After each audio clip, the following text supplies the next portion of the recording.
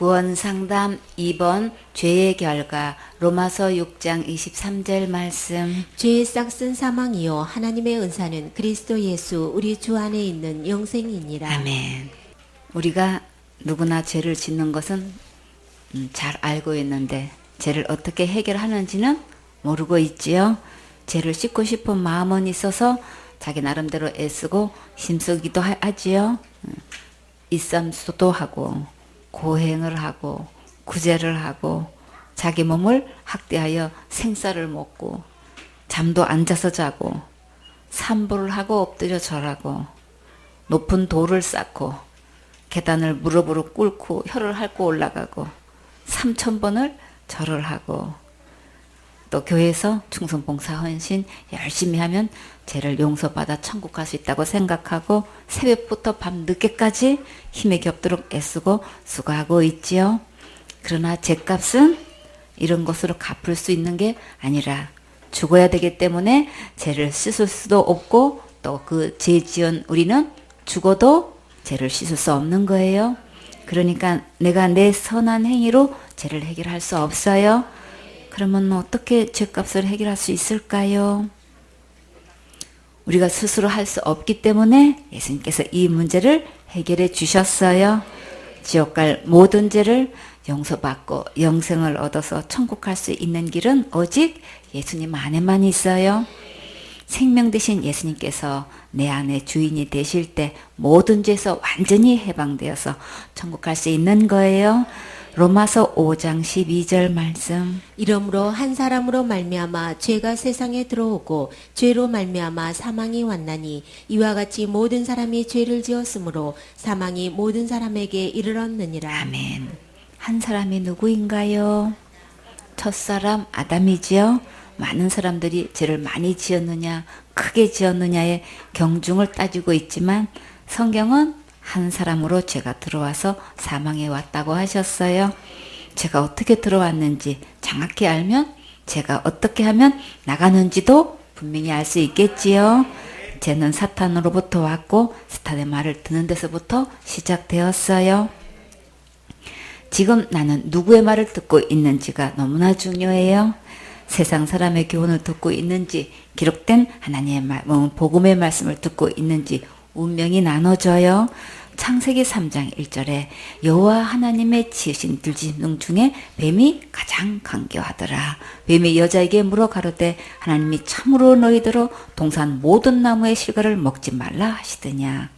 사단은 자기가 하나님처럼 경배받고 싶어서 사람에게 접근해서 좋으신 하나님을 나쁜 하나님으로 유인하고 있어요. 창세기 2장 16절에 여호와 하나님이 그 사람에게 명하여 가라사대 동산 각종 나무의 실과는 내가 임의로 먹되 선악을 알게 하는 나무의 실과는 먹지 말라. 내가 먹는 날에는 정령 죽으리라 하시니라. 하나님께서 에덴 동산을 창설하시고 각종 나무의 열매를 먹고 싶은 대로 먹을 수 있게 해 주셨는데 사단은 의도적으로 동산 모든 나무의 실과를 먹지 말라고 하시더냐 하고 나쁜 하나님으로 물었지요. 선악과는 하나님과 사람 사이의 선이고 에덴 동산의 하나님의 법이에요.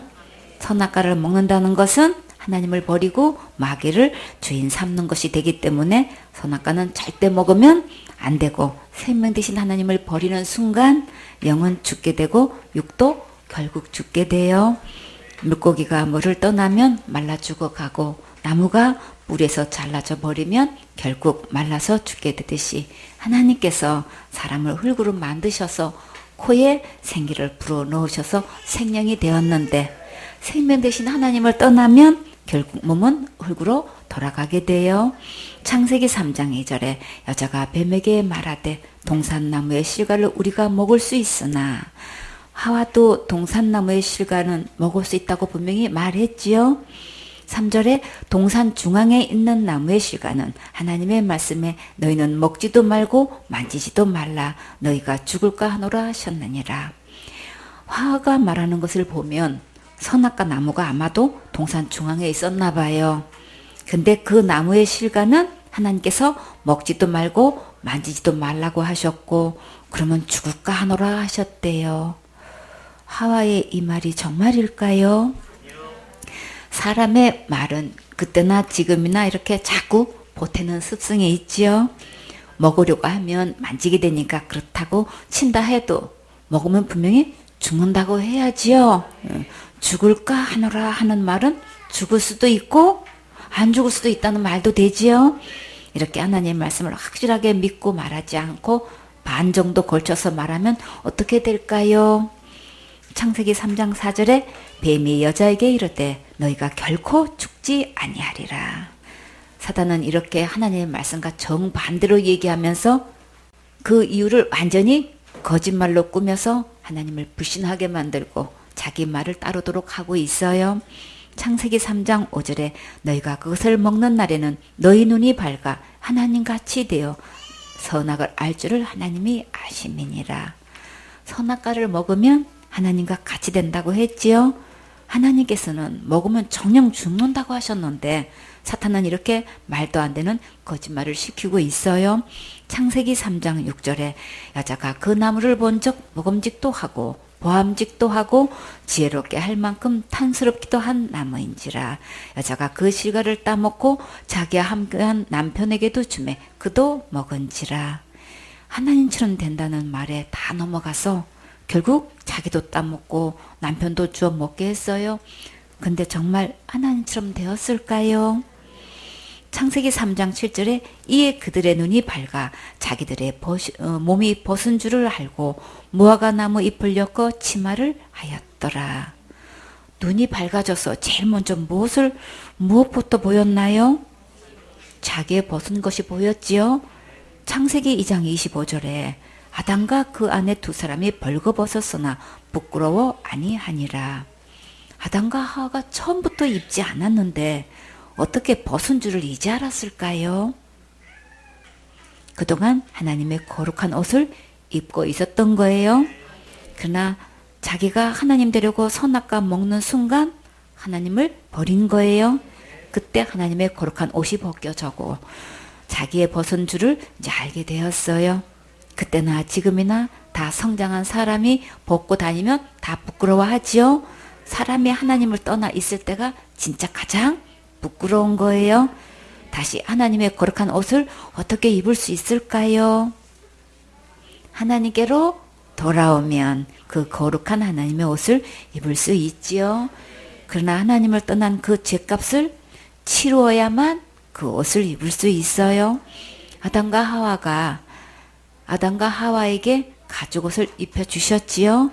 그때 양이 희생되었을 때 가죽옷을 입을 수 있듯이 어린 양 되시는 예수님께서 십자가에서 죽으실 때 이 거룩한 옷을 입을 수 있어요.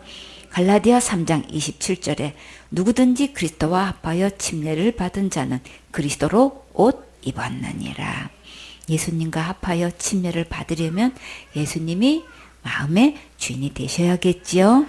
예수님께서 내 죄를 위해 십자가에서 죽으시고 부활하셔서 지옥 갈 내 모든 죄를 영원히 용서하신 것이 믿어질 때 예수님이 내 안에 주인이 될 수 있는 것이고 예수님과 합하여 침례를 받는 거예요. 사탄의 말을 들으면 결국 죽어서 지옥 가고 예수님의 말씀을 들으면 영원한 천국에서 살 수 있어요. 요한복음 5장 24절에 내가 진실로 진실로 너희에게 이르노니 내 말을 듣고 또 나 보내신 이를 믿는 자는 영생을 얻었고 심판에 이르지 아니하나니 사망에서 생명으로 옮겼느니라. 예수님의 말씀을 듣고 믿으면 영생을 얻어서 내 이름이 생명책에 기록되어 당당히 천국 갈 수 있어요. 예레미야 31장 30절 말씀. 신포도를 먹는 자마다 그 이가 심같이 각기 자기 죄악으로만 죽으리라. 아멘. 여러분도 신포도 많이 드셔보셨지요? 말만 들어도 신물이 나지요? 각자가 죽는 이유가 무엇이라고 했나요? 자기 죄악으로 죽는다고 하셨어요. 죽는 이유는 분명히 자기 죄 때문에 죽는 거예요.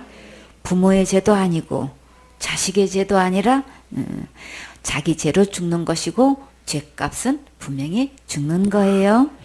아니지. 레위기 24장 16절 말씀. 여호와의 이름을 회방하면 그를 반드시 죽일지니 온 회중이 돌로 그를 칠 것이라.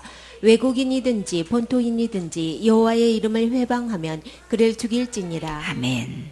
하나님의 이름을 비방하고 헐뜯는 행위는 누구를 막론하고 반드시 죽이라고 하셨어요.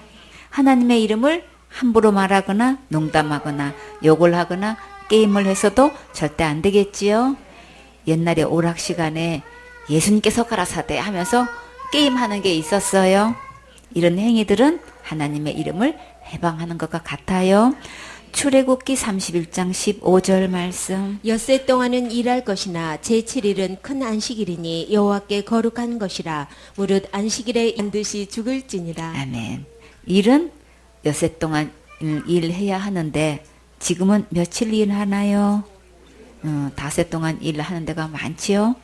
닷새를 일하든 엿새를 일하든 중요한 것은 안식일에 일하는 자를 반드시 죽이라고 하셨어요. 제7일은 큰 안식이라고 하셨지요. 이날은 하나님께 거룩한 날이어서 다 함께 하나님께 예배드려야 하는데 먹고 살기 바쁘다고 일하면 반드시 죽게 되어 있어요. 그러면 율법으로 하면 살아남을 자가 얼마나 있을까요? 그래서 우리는 하나님의 은혜가 절실히 필요하지요. 출애굽기 35장 3절 말씀. 안식일에는 너희의 모든 처소에서 불도 피우지 말지니라. 아멘. 안식일에 각 집에서 불도 피우지 말면 음식도 못하고 보일러도 돌릴 수 없으면 춥고 냉수만 나오면 양치도 못하고 씻지도 못하는데 그러면 어떻게 살았을까요? 음식은 전날에 다 해 놓아야겠지요. 이렇게 안식일에 집에서 불만 피워도 죄가 된다는 것을 정말 얼마나 알고 있을까요? 그러니까 내가 짓는 죄를 날마다 죄를 해결한다는 것은 불가능하겠지요. 율법을 다 알지도 못하고 지은 죄를 다 기억하지도 못하지요. 그러니까 우리에게는 예수님의 십자가의 은혜가 너무나 절실하고 반드시 있어야겠지요. 민수기 15장 32절 말씀. 이스라엘 자손이 광야에 거할 때에 안식일에 어떤 사람이 나무하는 것을 발견한지라. 아멘. 안식일에 아무 일도 하지 말라고 하셨는데 율법으로 볼 때 나무를 하면 어떻게 될까요? 민수기 15장 33절에 그 나무하는 자를 발견한 자들이 그를 모세와 아론과 온 회중의 앞으로 끌어왔으나 이때에 모세 앞으로 끌어왔다는 것은 율법 앞으로 끌어오는 것과 같지요. 안식일에 일한 것이 지금으로 말하면 경찰관에 연행되어 법정에 끌려오는 것과 같아요. 민수기 15장 34절 말씀. 어떻게 처치할는지 지시하심을 받지 못한 고로 가두었더니 하나님께서 어떻게 치리하라고 하실 때까지 잠시 가두어 두었어요. 민수기 15장 35절 말씀. 여호와께서 모세에게 이르시되 그 사람을 반드시 죽일지니 온 회중이 진 밖에서 돌로 그를 칠지니라. 아멘. 이 사람이 왜 돌에 맞아 죽었나요? 죄를 많이 지어서 죽었나요? 큰 죄를 지어서 죽었나요? 단지 안식일에 나무를 했다고 죽었지요. 이렇게 율법 중에 단 하나만 범해도 죽임을 당했어요. 큰 죄를 지었든 많은 죄를 지었든 상관없이 율법 중에 하나를 범하면 그 죄값은 죽는 거예요. 민수기 15장 36절 말씀. 온 회중이 곧 그를 진 밖으로 끌어내고 돌로 그를 쳐 죽여서 여호와께서 모세에게 명하신 대로 하니라. 아멘. 안식일 날에 이렇게 나무했다고 공개청을 당한다는 것은 정말 상상도 못하지요. 이 사람이 평소에 착하게 살아왔든지 나쁜 짓만 하고 살아왔든지 아무 상관없이 죽었어요. 우리가 율법 앞에 서면 이렇게 죽을 수밖에 없는 죄인이라는 것을 속히 깨달아야겠지요. 출애굽기 21장 14절 말씀. 사람이 그 이웃을 짐짓 모살하였으면 너는 그를 내 단에서라도 잡아 내려 죽일지니라. 아멘. 짐짓 모살은 나쁜 마음을 먹고 흉계를 꾸며 치밀한 계획을 세워서 사람을 죽이는 것을 말해요. 성경에서 이렇게 사람을 죽인 자가 누구였나요? 다윗이 바세바를 불러들여 범하고 임신한 것을 알게 될 때 그의 남편 우리아를 전쟁터에서 맨 앞 적진에 세워서 적군으로 하여금 죽게 했지요. 그 사건으로 인해 다윗이 큰 은혜를 입고 직접 죽임을 당하지는 않았지만 그 죄값으로 누가 죽었나요? 밧세바가 낳은 아이가 7일 만에 죽었지요. 그리고 다말이 암논에게 당하고 암논은 다말의 오라비 압살롬으로 죽임을 당했어요. 압살롬은 발람을 일으키다가 전쟁에서 죽었고 또 아도니아가 반란을 일으켜서 왕이 되려고 했지만 솔로몬이 왕이 되었고 그 후에 아도니아가 다윗의 동료 아비삭을 구하다가 죽임을 당했지요. 이 짐짓 모살한 죄는 당대에 끝나지 않고 이렇게 자식 때까지 죄값을 치르는 것을 볼 수 있어요. 출애굽기 21장 15절 말씀. 자기 아비나 어미를 치는 자는 반드시 죽일지니라. 아멘. 우리나라 노인복지법에서는 노인에 대하여 신체적, 정신적, 정서적, 성적 폭력 및 경제적 착취 또는 가혹 행위를 하거나 유기 또는 버리는 거, 또 방임하는 것으로 노인 학대를 규정해 두고 있다고 해요. 학대 노인들의 얘기를 들어보면 자식이 아비나 어미를 치는 자들이 있어서 많은 고통을 받고 있어요. 우리는 상상도 못하는 일인데 몇십 년 동안 자식에게 매를 맞고 살아왔대요. 80대 노인이 아들이 강목으로 때려가지고 신고가 들어왔는데 자식을 처벌하기를 원치 않아서 그 자식을 경찰이 왔어도 연행해 가지를 못했대요. 참 정말 너무나 끔찍하고 가슴 아픈 일이지요. 병원에서도 간병인들에 의해 학대가 심한 것을 많이 볼 수 있어요. 거동이 불편해서 도움 없이는 식사를 할 수 없는 노인을 그냥 방치하는 행위는 정말 분노가 나지요. 간병인 월급은 다 받으면서 그냥 그렇게 하는 거예요. 그래서 이제 요구가 들어오니까 가가지고 완전히 막 주먹을 갖다가 이렇게 얼굴에 대고 막 협박을 하는 거예요. 이제 조용히 하라 이거지 이제. 그거를 동영상으로 이렇게 이제 그게 나와 있는데, 그러니까는 그렇게 위협을 하고 턱받이를 갖다가 너무 바짝대게 해가지고 이 고개를 들 수 없게끔 먹는데 불편하잖아. 일부러 그렇게 이제 힘들게 하는 거예요. 그러다가 사례가 들리니까 와서 이제 겨우 이렇게 이 앞치마 이렇게 좀 내려주고 먹게끔. 또 어떤 분은 이렇게 혼자서 수저를 드는데 이렇게 해서 입에 들어오는 건 없어. 이렇게 오다가 다 떨어져 국물이. 일일이 떠먹여 드려야 되는데 그러고 그러니까는 국물 한번 떠먹고 밥을 먹어야 되는데 반찬을 먹을 수가 없으니까 그 간병인이지 밥 나눠주는 사람이 국에다가 밥을 말아서 여기 김치인지 뭔지 한꺼번에 다 부어가지고 꾹꾹꾹꾹 말아줘서 할머니 드세요 하고 그냥 가더라고. 그러니 국물 한 번 두고 이렇게 하고 그냥 입에 들어오는 게 없이 이제 그러고 지내는 거예요. 그러니까 일일이 누가 지켜서 그렇게 해줘야 되는데 그렇게 못하고 있는 이렇게 그러니까 제대로 못 잡수잖아요. 참 이게 요양원에 모셔도 참 그런 부분이 그런 너무 안타깝더라고. 간병인을 사도 간병인들이 또 그렇게 하고 있는 걸 또 보니까 참 좋은 사람을 만나야 되는데 오나가나 참 그런 것들이 너무 마음이 아팠어요. 노인 규정은 만 65세로 보고 아동은 만 18세 이하로 보고 있어요. 만 65세가 아니면 스스로 노인이라고 하지 마세요. 아직은 청년이라고 생각하세요. 성경에서 율법으로 보면 이렇게 부모를 치는 자는 반드시 죽이라고 하셨어요. 주먹으로 치지는 않았어도 말로는 많이 쳤지요. 마음으로 부모를 미워하는 것은 치는 것보다 더한 거예요. 미워하는 죄는 무슨 죄와 같나요? 미워만 해도 살인한 거라고 하셨지요. 요한일서 3장 15절에 그 형제를 미워하는 자마다 살인하는 자니 살인하는 자마다 영생이 그 속에 거하지 아니하는 것을 너희가 아는 바라. 사랑하는데 치나요?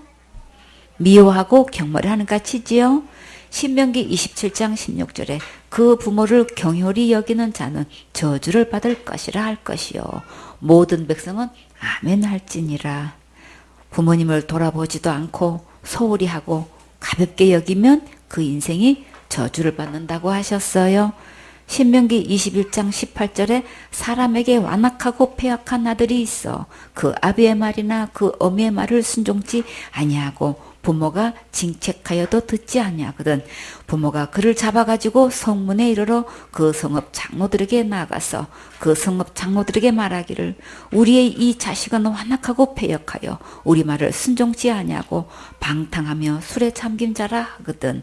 그 성읍의 모든 사람들이 그를 돌로 쳐 죽일 것이니 이같이 네가 너희 중에 악을 지하라. 그리하면 온 이스라엘이 듣고 두려워하리라. 고집이 세고 반항하는 패역한 아들이 있어서 아버지의 책망도 듣지 않고 어머니의 호소도 무시하면 부모가 벌을 주고 책망해도 듣지 않고 날마다 술에 취해 주색잡기에 빠져 행실이 좋지 못하면 이런 자를 어떻게 하라고 하셨나요? 성읍 장로들에게 나가라고 하셨지요. 지금으로 말하면 이 패역한 아들을 경찰서에 끌고 가라고 하신 거예요. 그러면 그 성읍 장로들이 어떻게 판결을 내렸나요? 성읍 모든 사람들이 돌로 쳐 죽여서 너희 중에 악을 취하고 사람들로 두려워하게 하라고 하셨어요. 정말 이 지경까지 가면 안 되겠지요. 마태복음 15장 4절에 하나님이 이르렀을때 내 부모를 공경하라 하시고 또 아비나 어미를 해방하는 자는 반드시 죽으리라 하셨거늘 너희는 가로되 누구든지 아비에게나 어미에게 말하기를 내가 드려 유익하게 할 것이 하나님께 드림이 되었다고 하기만 하면 그 부모를 공경할 것이 없다 하여 너희 유전으로 하나님의 말씀을 패하는도다. 하나님께 드린다고 하면서 부모님에게 드리는 생활비나 용돈을 드리지 않고 공경하지 않으면 그것은 하나님의 말씀을 폐하는 것이라고 예수님께서 이런 자들을 책망하셨어요. 부모님을 돌보지 않고 소홀히 하고 가볍게 여기면 그 인생은 분명히 저주를 받는다고 하셨지요. 이렇게 부모님을 공경하지 않아도 죄가 되어서 돌에 맞아 공개청을 당하게 되었어요. 그러나 부모를 공경하고 정성을 다해 잘 모시는 자는 주님께서 크게 축복해 주셔요. 출애굽기 20장 12절에 내 부모를 공경하라. 그리하면 너희 하나님 나 여호와가 내게 준 땅에서 내 생명이 길리라. 자기 부모님을 공손히 잘 섬기면 하나님께서 보시고 이 땅에서 건강하고 오래 장수하게 해주셔요. 신명기 5장 16절에 너는 너의 하나님 여호와의 명한 대로 내 부모를 공경하라. 그리하면 너의 하나님 여호와가 네게 준 땅에서 네가 생명이 길고 복을 누리리라. 반드시 장수하고 복을 누리게 해주신다고 약속하셨지요. 생소원의 식구들은 모두 부모님을 잘 공경해 드려서 하나님의 큰 축복을 받는 멋진 주인공 되세요. 출애굽기 21장 28절 말씀. 소가 남자나 여자를 받아서 죽이면 그 소는 반드시 돌에 맞아 죽을 것이요 그 고기는 먹지 말 것이며 임자는 형벌을 면하려니와. 아멘. 소가 들이받아서 사람을 죽게 하면 그 소는 돌에 맞아 죽게 했어요. 돌에 맞아 죽은 소는 먹지도 말라고 하셨지요. 소 임자는 형벌을 면하는데 죽은 사람의 가족은 정말 너무나 충격이 크겠지요. 출애굽기 21장 29절 말씀. 소는 본래 받는 버릇이 있고 그 임자는 그로 인하여 경고를 받았을 때 단속하지 아니하므로 남녀간에 받아 죽이면 그 소는 돌로 쳐 죽일 것이고 임자도 죽일 것이며. 아멘. 소가 본래 받는 버릇이 있는데 단속하지 않아서 사람을 죽이면 소도 돌에 맞아 죽고 주인도 죽었어요.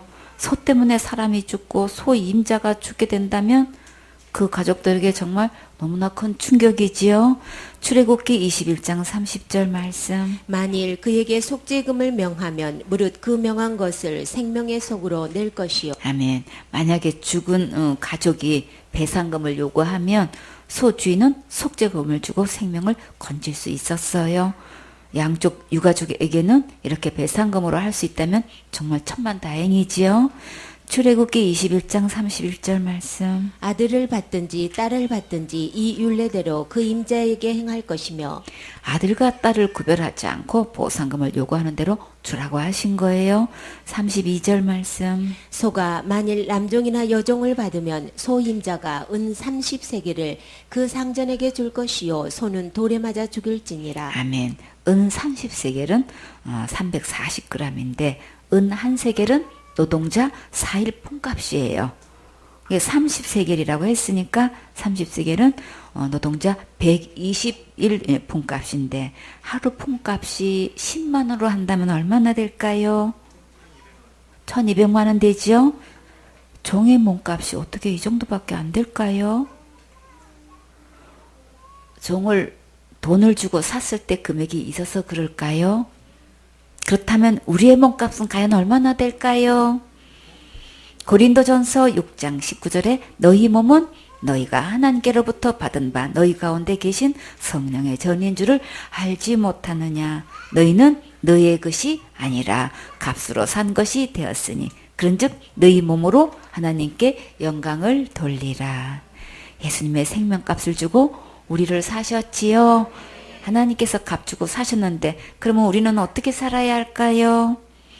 고린도전서 7장 23절에 너희는 값으로 사신 것이니 사람들의 종이 되지 말라.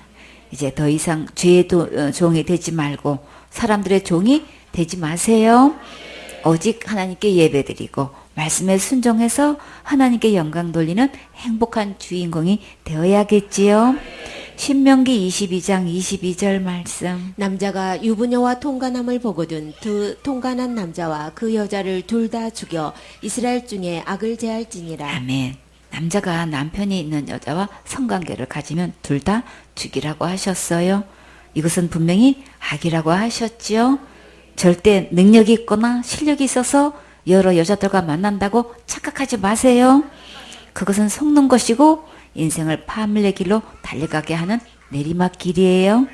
이제는 위전자들이 앞서서 동성연애자들을 옹호하고 있고 청소년들을 죄악의 길로 선동하고 있는데 그 말에 절대 속지 마세요. 하나님께서 분명히 이 악을 제하라고 말씀하셨어요. 생손의 식구들은 오직 예배 성공하고 절대 이런 악에 빠져서는 안 되겠지요. 주님, 이 나라를 모든 이혼과 악에서 지켜 보호해 주세요. 아멘. 신명기 22장 23절 말씀. 처녀인 여자가 남자와 약혼한 후에 어떤 남자가 그를 성읍 중에서 만나 통간하면 아멘. 약혼한 여자가 다른 남자를 만나 성읍 중에서 통간을 한다는 것은 정말 말도 안 되지요. 세상에는 정말 말도 안 되는 일들이 너무나 많아서 큰 불행들을 겪고 있어요. 아무에게 들치지 않고 결혼까지 무사히 했다고 해도 결혼 생활이 절대 행복하지 않아요. 심는 대로 거두니까 몸 관리 깨끗하게 잘 해야겠지요. 신명기 22장 24절 말씀. 너희는 그들을 둘 다 성읍 문으로 끌어내고 그들을 돌로 쳐 죽일 것이니 그 처녀는 성읍 중에 있어서도 소리 지르지 아니하였으며 그 남자는 그 이웃의 아내를 욕보였음이라. 너는 이같이 하여 너희 중에 악을 제할지니라. 아멘. 본의 아니게 납치되어 성폭행을 당할 수 있고 전혀 원치 않는데도 상습적으로 용을 당할 수 있지요. 그러나 약혼한 처녀인 여자가 성읍에서 통관하다 적발되면 율법으로는 어떤 처벌을 받나요? 둘 다 돌에 맞아 죽임을 당했어요. 여자는 왜 돌에 맞아 죽었나요? 성읍 쪽에 있으면서도 도와달라고 소리 지르지 않았기 때문에 돌에 맞아 죽었지요. 왜 소리를 지르지 않았을까요? 통간했다는 것은 서로가 원해서 간음을 했다는 거예요. 그러나 원치 않았으면 구해달라고 당연히 소리쳤겠지요. 신명기 22장 25절 말씀. 만일 남자가 어떤 약혼한 처녀를 들에서 만나서 강간하였거든 그 강간한 남자만 죽일 것이요. 아멘. 강간은 폭행 또는 협박 따위의 불법적인 수단으로 부녀자를 간음한 것을 말해요. 겁간했다, 겁탈했다, 성폭행했다 이렇게 말하지요. 근데 이 약혼한 처녀는 어떻게 죽임을 당하지 않았을까요? 신명기 22장 26절 말씀. 처녀에게는 아무것도 행치 말 것은 처녀에게는 죽일 죄가 없음이라. 이 일은 사람이 일어나 그 이웃을 쳐 죽인 것과 일반이라. 아멘. 이 약혼한 처녀가 들에서 강간을 당할 때는 아무리 소리 질러도 도와줄 자가 없었겠지요. 여자에게 순결은 생명과도 같은데 강간을 당한 것은 쳐 죽임을 당한 것과 같아요. 그래서 이 처녀는 죽지 않았어요. 살면서 정말 이런 일은 정말 없어야지요. 주님, 우리 생소원의 식구들은 이런 모든 악한 일에서 항상 지켜보호해 주세요. 아멘. 신명기 22장 27절 말씀. 남자가 처녀를 들에서 만난 까닭에 그 약혼한 처녀가 소리 질러도 구원할 자가 없었음이니라. 아멘. 주님은 모든 사건을 정확하게 보고 계셨고 그 죄값을 받을 자와 보호받을 자를 바르게 인도해 주셨어요. 신명기 22장 28절 말씀. 만일 남자가 어떤 약혼하지 아니한 처녀를 만나 그를 붙들고 통간하는 중 그 두 사람이 발견되거든. 아멘. 통간한다는 거는 통할 통, 간사할 간이에요. 결혼하여 배우자가 있는 사람이 배우자가 아닌 사람과 성적 관계를 맺는 것을 통간이라고 해요. 만약에 약혼하지 아니한 처녀를 만나 강간한 것이 아니고 통간하는 중에 발견될 때는 어떻게 치리하실까요? 신명기 22장 29절 말씀. 그 통간한 남자는 그 처녀의 아비에게 은 50세겔을 주고 그 처녀로 아내를 삼을 것이라. 그가 그 처녀를 욕보였은즉 평생에 그를 버리지 못하리라. 아멘. 50세겔은 얼마나 될까요? 은 한 세겔은 노동자 살품값이라고 했지요. 그럼 50세겔이면 노동자 200일 품값이지요. 하루 일당이 10만 원이라면 그럼 얼마나 되나요? 2천만 원이죠. 하루 일당이 만약에 15만 원이면 얼마예요? 3천만 원이죠. 이런 보상금을 처녀의 아비에게 주고 그 처녀를 아내로 삼아야 하고 평생에 버리지 못하게 했어요. 만약에 이 남자가 아내가 있는 사람이라면 평생 후처로 살아야겠지요. 신명기 22장 30절 말씀. 사람이 그 아비의 후실을 취하여 그 아비의 하체를 드러내지 말지니라. 아멘. 후실은 남의 후추를 높여주는 말이에요. 자식이 그 아비의 후실을 취하지 말라고 하셨어요. 죄는 반드시 그 죄값을 지불해야 한다는 것을 잊지 말아야겠지요. 레위기 20장 10절 말씀. 누구든지 남의 아내와 간음하는 자 곧 그 이웃의 아내와 간음하는 자는 그 간부와 음부를 반드시 죽일지니라. 아멘. 간부는 간통한 남자를 말하고 음부는 음란하고 방탕한 여자를 말해요. 남의 아내와 성적 관계를 하면 남녀 다 반드시 죽이라고 하셨지요. 큰 죄를 지었든 작은 죄를 지었든 죄값은 죽는 거예요. 이렇게 하나님의 법도를 떠나서 간음을 하게 되면 모든 좋은 것을 다 잃게 돼요. 잠언 6장 23절에 대저명령은 등불이요 법은 빛이요 훈계 책망은 곧 생명의 길이라. 하나님의 말씀에 명령대로 순종하면 내 인생의 환한 등불이 되어 주셔요. 하나님께서 말씀으로 책망하실 때 잘 받아들이면 살 길이 열려요. 잠언 6장 24절에 이것이 너를 지켜서 악한 계집에게 이방 계집의 혀로 후리는 말에 빠지지 않게 하리라. 예배 성공하고 하나님 말씀에 순종하면 악한 자의 유혹에 넘어가지 않도록 지켜보호해 주셔요. 잠언 6장 26절에 음료로 인하여 사람이 한 조각 떡만 남게 됨이며 음란한 계집은 귀한 생명을 사냥함이니라. 음행에 빠지게 되면 모든 것을 잃게 되고 가장 귀한 생명을 사냥당하게 돼요. 잠언 6장 27절에 사람이 불을 품에 품고야 어찌 그 옷이 타지 아니하겠으며 사람이 숯불을 밟고야 어찌 그 발이 되지 아니하겠느냐. 남의 아내와 통관하는 자도 이와 같을 것이라. 무릇 그를 만지기만 하여도 하는 자도 죄 없게 되지 아니하리라. 여러분은 불덩이로 끌어안고 있으면 그 옷이 타지 않을 수 있어요? 숯불을 발로 밟고 있으면 발이 되지 않을 수 있어요? 이와 같이 다른 여자와 통관을 하게 되면 불에 타고 발이 데이듯이 이렇게 돼요. 그런 마음으로 생각만 해도 만지기만 해도 통과한 죄를 지은 것과 같아요. 성전의 식구들은 이런 치명적인 악한 죄에서 멀리 떠나 있으려면 그러면 어떻게 하면 될까요? 예배 성공하고 우선순위 바로 하면 모든 악에서 지켜 보호해 주셔요. 전도서 9장 9절에 내 헛된 평생의 모든 날 곧 하나님이 해 아래서 내게 주신 모든 헛된 날에 사랑하는 아내와 함께 즐겁게 살지어다. 이는 내가 일평생의 해 아래서 수고하고 얻은 분복이니라. 짧은 인생을 살아가는 동안 사랑하는 아내와 함께 하루하루를 즐겁게 살라고 명령하셨어요.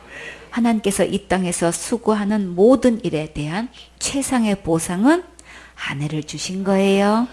부부간에 가장 힘든 것은 무엇인가요? 냉전이지요. 한 집에 살면서 냉담하는 것은 고문과 같아요. 이 냉전은 계속 쓴뿌리를 내리고 깊은 골짜기를 만들어 가지요. 주님은 하루하루 즐겁고 행복하게 살라고 하셨는데 정말 많은 부부들이 고통 속에 지내고 있어요. 고린도전서 7장 3절에 남편은 그 아내에게 대한 의무를 다하고 아내도 그 남편에게 그렇게 할지라. 부부가 의무를 다하는 것은 하나님의 명령이에요. 이 일에 충실하지 않는 것도 하나님께 죄를 짓는 거예요. 다른 아내와 남편과 간음하는 것도 큰 죄이지만 부부가 서로 의무를 다하지 않는 것도 큰 죄예요. 그것이 불씨가 되어서 많은 괴로움을 더하게 하고 있기 때문에 속히 주님의 은혜를 간절히 구하고 서로가 의무를 다하세요. 그러면 모든 것이 덮여지고 해결되고 행복하게 살 수 있어요.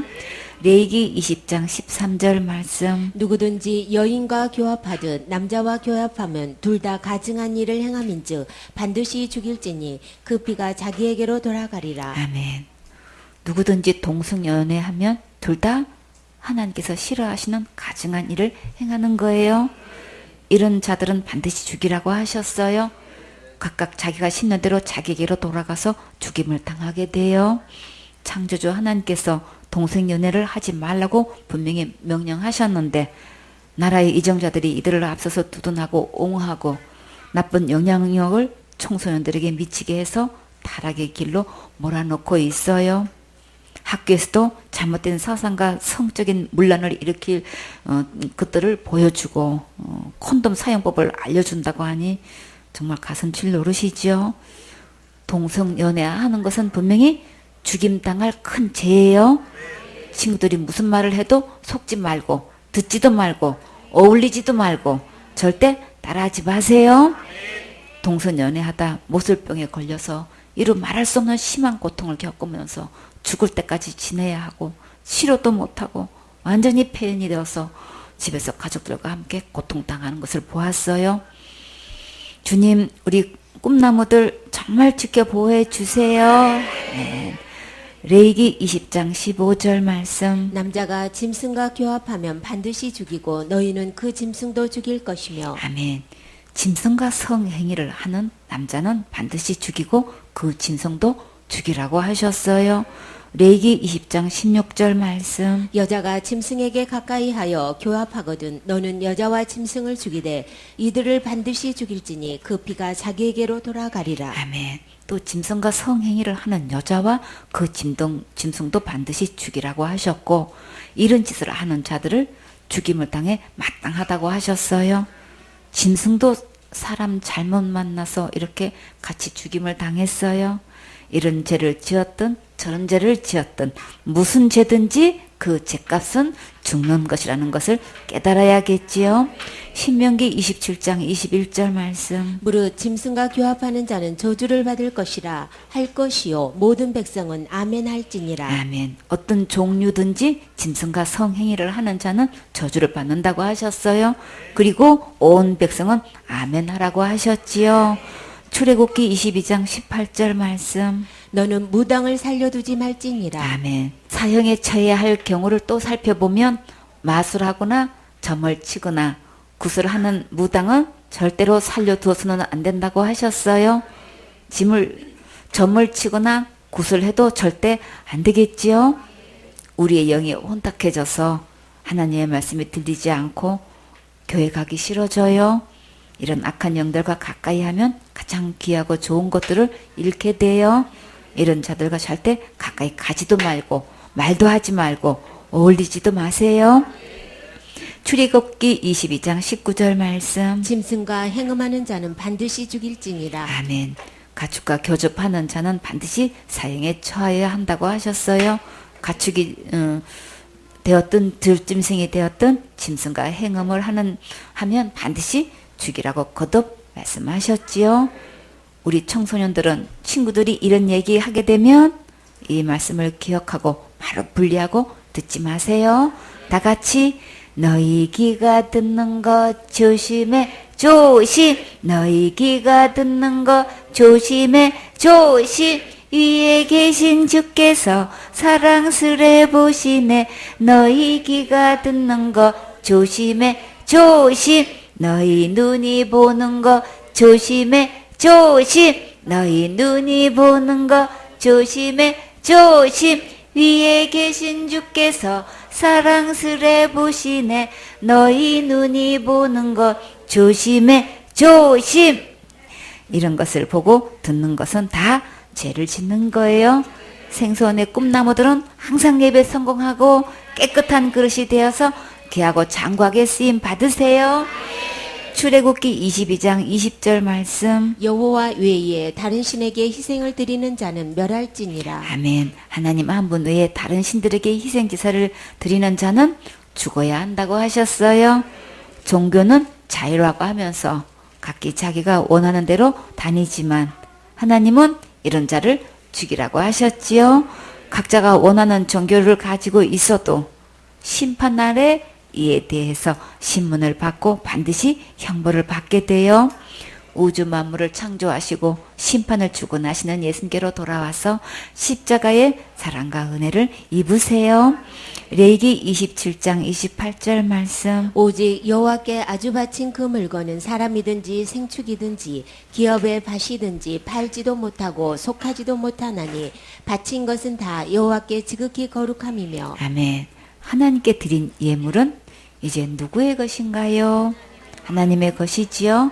하나님께 드린 예물은 다시 물을 수 없고 바꿀 수도 없다는 말씀이에요. 그 예물이 물건이든 사람이든 가축이든 대대로 물려받은 밭이든 가릴 것 없이 하나님께 드린 것은 다른 사람에게 팔 권리도 없고 도로 사들일 권리도 없어요. 그 까닭은 하나님께 드린 예물은 구별된 거룩한 예물이기 때문이에요. 레위기 27장 29절 말씀. 아주 바친 그 사람은 다시 속하지 못하나니 반드시 죽일지니라. 아멘. 사람을 그러한 예물로 바쳤더라도 절대로 도로 무르거나 바꿀 수 없다는 말씀이에요. 만약 하나님께 자신을 드린다고 헌신하고 나중에 마음이 변해서 사명 이탈하면 그러면 어떻게 될까요? 그런 사람은 반드시 죽여야 한다고 하셨어요. 그러니까 하나님께 함부로 입을 열지 말라고 하셨지요. 전도서 5장 2절에 너는 하나님 앞에서 함부로 입을 열지 말며 급한 마음으로 말을 내지 말라. 하나님은 하늘에 계시고 너는 땅에 있음이니라. 그런즉 마땅히 말을 적게 할 것이라. 신실하신 하나님 앞에 조심 없이 깊이 생각하지 않고 마음 내키는 대로 마구 말을 하면 안 되겠지요. 그러나 하나님 앞에 일평생 예배 성공하고 충성 봉사 헌신하면 상상 초월로 놀라운 축복을 부어주셔요. 시편 101편 6절에 내 눈이 이 땅에 충성된 자를 살펴 나와 함께 거하게 하리니 완전한 길에 행하는 자가 나를 수종하리로다. 하나님께서 두루 감찰하셔서 충성된 자를 찾아서 하나님과 함께 가까이 거하게 하시고 하나님의 일에 수종자가 되게 하셔요. 잠언 25장 13절에 충성된 사자는 그를 보낸 이에게 마치 추수하는 날에 얼음 냉수 같아서 능히 그 주인의 마음을 시원케 하느니라. 충성하는 자는 추수할 때 얼음 냉수처럼 하나님의 마음을 시원하게 해드리는 자예요. 덥고 목마르고 떼약볕에 땀 흘리며 일할 때에 얼음 냉수를 마시면 정말 너무나 시원하지요. 무더운 여름이 되면 얼음이 가득 넣은 냉커피를 마시면 정말 시원하고 행복하지요. 생선의 식구들은 충성된 자가 되어서 주님의 마음을 시원하게 해드리는 행복한 주인공 되세요. 잠언 28장 20절에 충성된 자는 복이 많아도 속히 부하고자 하는 자는 형벌을 면치 못하리라. 하나님께 충성하면 복이 많다고 하셨지요. 여러분은 어떤 복을 받고 싶으세요? 건강의 복을 받았으면 좋겠지요. 물질의 축복을 받았으면 좋겠지요. 손자도 잘 되는 복을 받았으면 좋겠고, 전도도 잘하는 복을 받았으면 좋겠고, 양육을 잘하는 복을 받았으면 좋겠지요. 또 심고 또 심고 드리고 또 드리는 잘 되는 복을 받았으면 정말 좋겠지요. 마태복음 24장 45절에 충성되고 지혜 있는 종이 되어 주인에게 그 집 사람들을 맡아 때를 따라 양식을 나눠줄 자가 누구뇨. 주님은 영의 양식을 신실하게 때를 따라 나눠줄 수 있는 충성되고 지혜 있는 자를 지금도 찾으셔요. 마태복음 25장 21절에 그 주인이 이르되 잘하였도다. 착하고 충성된 종아, 네가 작은 일에 충성하였음에 내가 많은 것으로 네게 맡기리니 내 주인의 즐거움에 참여할지어다 하고, 하나님 앞에 충성을 하면 더 큰 것을 맡기시고 칭찬을 받고 즐겁고 행복한 인생이 되게 해 주셔요. 고린도전서 4장 2절에 그리고 맡은 자에게 구할 것은 무엇인가요? 충성이지요. 주님 오실 때까지 충성하는 것이 가장 최고로 행복한 길이에요. 디모데전서 1장 12절에 나를 능하게 하신 그리스도 예수 우리 주께 내가 감사함은 나를 충성되이 여겨 내게 직분을 맡기심이니. 직분을 맡은 자는 하나님께서 충성되게 여기셔서 영혼을 맡기신 거예요. 디모데후서 2장 2절에 또 내가 많은 증인 앞에서 내게 들은 바를 충성된 사람들에게 부탁하라. 저희가 또 다른 사람들을 가르칠 수 있으리라. 하나님께서 충성된 자에게 사역을 부탁하라고 하셨지요. 이렇게 하나님께 충성 봉사 헌신한 것은 최고로 잘하신 거예요. 끝까지 예수님 바라보고 계속 전진하세요. 민수기 3장 38절 말씀. 장막 앞 동편 곧 해막 앞 해돋는 편에는 모세와 아론과 아론의 아들들이 진을 치고 이스라엘 자손의 직무를 대신하여 성소의 직무를 지킬 것이며 외인이 가까이 하면 죽일지니라. 아멘. 모세와 아론과 아론의 아들들은 성막 입구 정면인 동쪽 해돋는 편에 진을 치도록 하였고, 이들은 이스라엘 백성을 대신하여 성막에서 제사 드리는 책임을 맡았어요. 이 외에 그들 대신에 이 일을 하려고 접근하는 사람은 누구든지 사형을 처라고 하셨어요. 이렇게 율법에 의하면 어떤 죄든지 범하면 죽는 것을 볼 수 있듯이 죄값은 사망이지 날마다 기도가 아니라는 것을 분명히 깨닫고 명심해야겠지요. 히브리서 9장 18절 말씀. 이러므로 첫 언약도 피 없이 세운 것이 아니니. 아멘. 첫 언약은 율법을 말해요. 율법도 피로 세운 언약이에요. 유언은 유언한 사람이 죽은 후에야 비로소 그 효력을 발생하지요. 그 사람이 살아있는 동안에는 아무리 그 재산이 상속인에게 약속된 것이라 하더라도 쓸 수 없어요.